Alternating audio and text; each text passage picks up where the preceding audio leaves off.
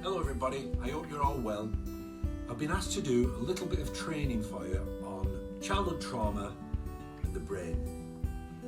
There'll be a few little videos, they won't be too long, but hopefully you can get something from them as part of your training and personal development. Okay, so the first video I'd like to show is one called Childhood Trauma and the Brain. So if you have a little listen to this, and in between the video, I'll stop and do a little bit of recap and maybe ask you a couple of questions. So this is part one of a series called Childhood Trauma. Okay, good luck.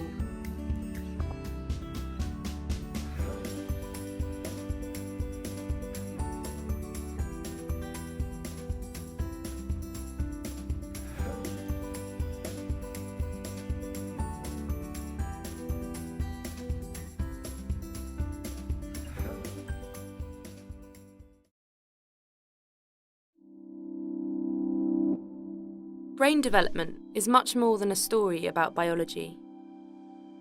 From the earliest years, relationships with others play a key role in shaping how our brain grows and develops. Early relationships, where there is abuse and neglect, have a long-term impact on children. A brain that has adapted to survive in a threatening or unpredictable world may not work so well in an ordinary environment. This can create what is called latent vulnerability, where early abusive or neglectful experiences with carers put children at greater risk of experiencing mental health problems in the future. For these children, compared to their peers, common experiences like moving to a new school can feel more daunting and stressful.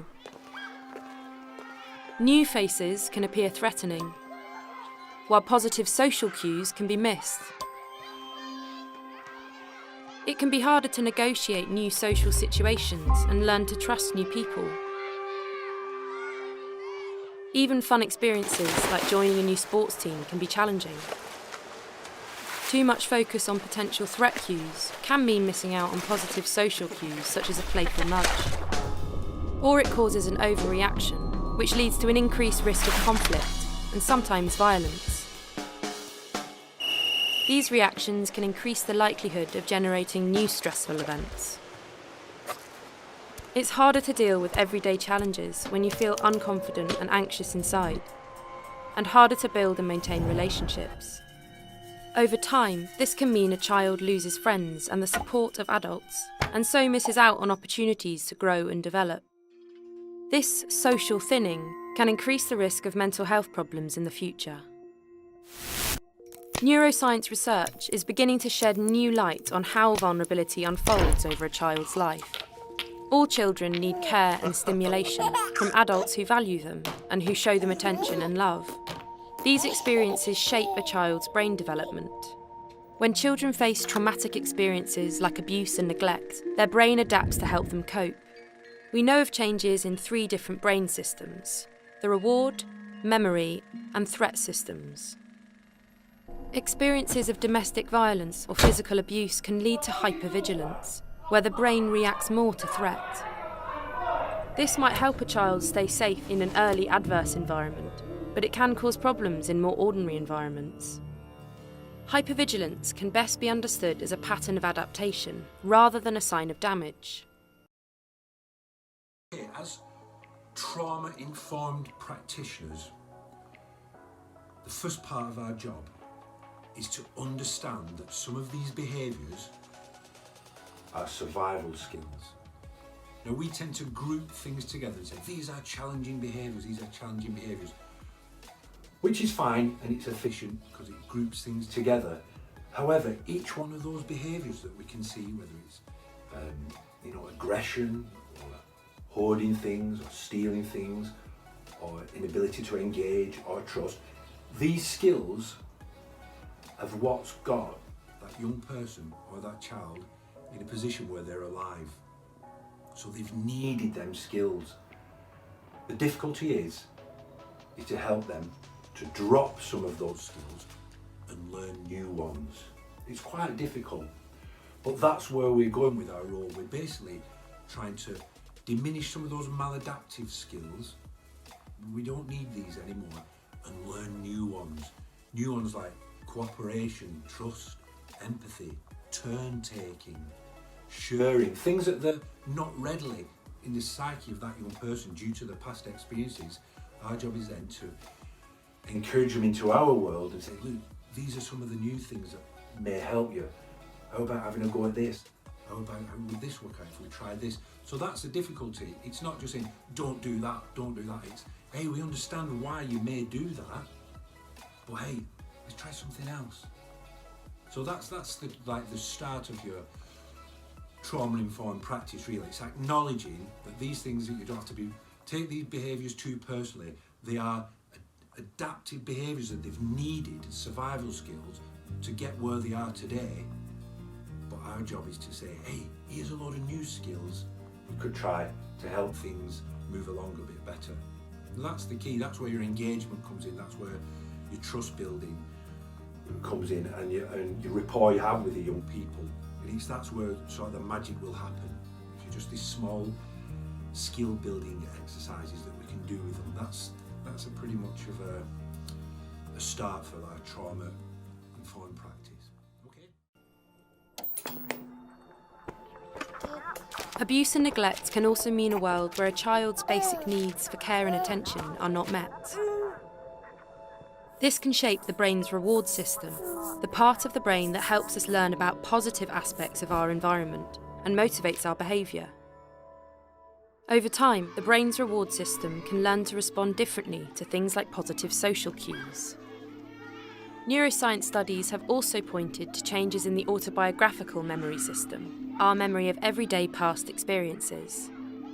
Following trauma, negative memories appear to become more salient, which means they become more prominent than positive ones. And everyday memories can also become less detailed. This is a problem because we need to draw on past experiences to help us deal with new social situations. Neuroscience research is showing how childhood trauma can create latent vulnerability, increasing the risk of later mental health problems like anxiety and depression. This vulnerability is not just located in the child, but arises through their relationships. Helping children who have experienced trauma still requires ordinary boundaries and consequences, but it also requires us to step back and reflect and see behaviour that we find challenging in a different light. A child may simply be doing their best to survive now, with brain adaptations from the past. We know a child's brain has the capacity to continue to adapt. For this to happen, they need our help to build and maintain trusted relationships, manage everyday stressors, and prevent new ones from happening. We need to encourage them to try again and believe things can be different. This is far from an easy task and takes time. Science is helping reframe our understanding of childhood trauma. Seeing children's behaviour in a new light can mean we respond differently. But there is much still to learn. Working together, we can develop more effective approaches that promote resilience and recovery. We can help children build trusting relationships and create opportunities for their brains to adapt in new ways.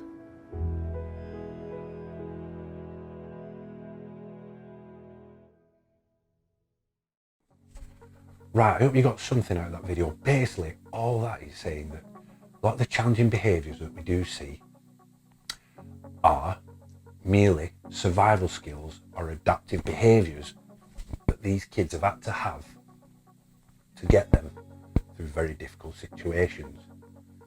The difficulty comes in when they bring all these skills that they've needed into a different arena, like our care homes or our support sessions. They try and bring these skills in and play them out again. But in these particular environments where we're trying to do some support or some therapeutic intervention, those skills are a bit unhelpful.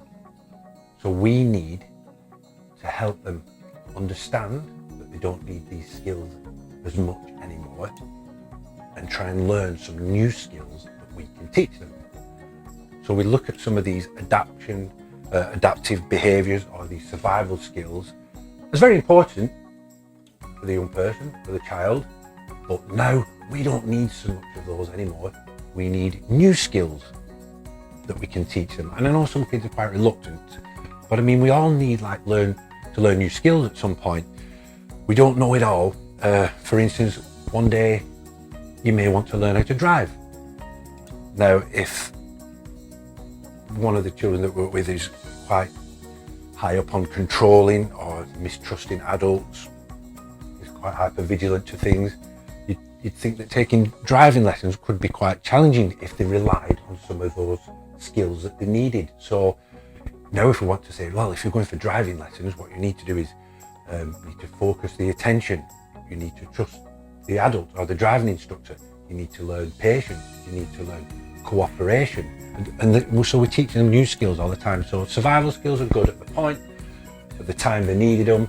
Now they don't need them as much, so we have new skills as us as trauma-informed practitioners that can teach them. So that's our journey. So all you need to do is just, first part of the little exercise is just have a think about some of your work with in the past, they presented as challenging or usual behaviours, and then just have a think why those behaviours would have been important to that child in the past, why they would have had to rely on some of those behaviours to get them to the position that they are now. So it's an acknowledgement of some of those behaviours, and that can depersonalise it a little bit. We can separate the behaviour from the person, so that's quite helpful as well. So just have a think about that, and if you come across any unusual behaviours or challenging behaviours, it's nice to look at in the terms of they are like adaptive skills, they are survival skills, and they've needed them at that point. They are valuable to that child or young person, but they don't need them as much now. Then we can all have a think is, right, I've identified some of those deficits or some of those survival instincts that they needed.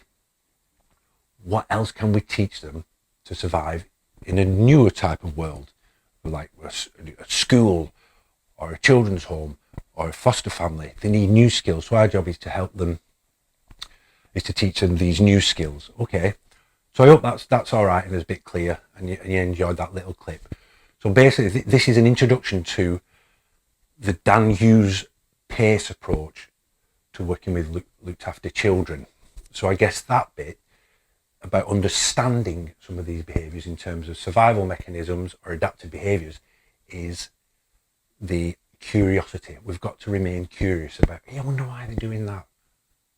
Or even you can ask the children, I wonder why you're doing that. So curiosity is quite a strong one. So we'll go through the PACE. It stands for playfulness, acceptance, curiosity and empathy. And we'll go through each one. But I think just in terms of that little video, if we remain a little bit curious about why some of those behaviours were needed in a child's past, it can help us see a behaviour purely as a behaviour, and we don't have to personalise it as much because we can understand the journey, why the behaviour is manifested. Okay, so I hope you enjoyed that little first video, and we've got some more to follow. Okay, cheers everyone.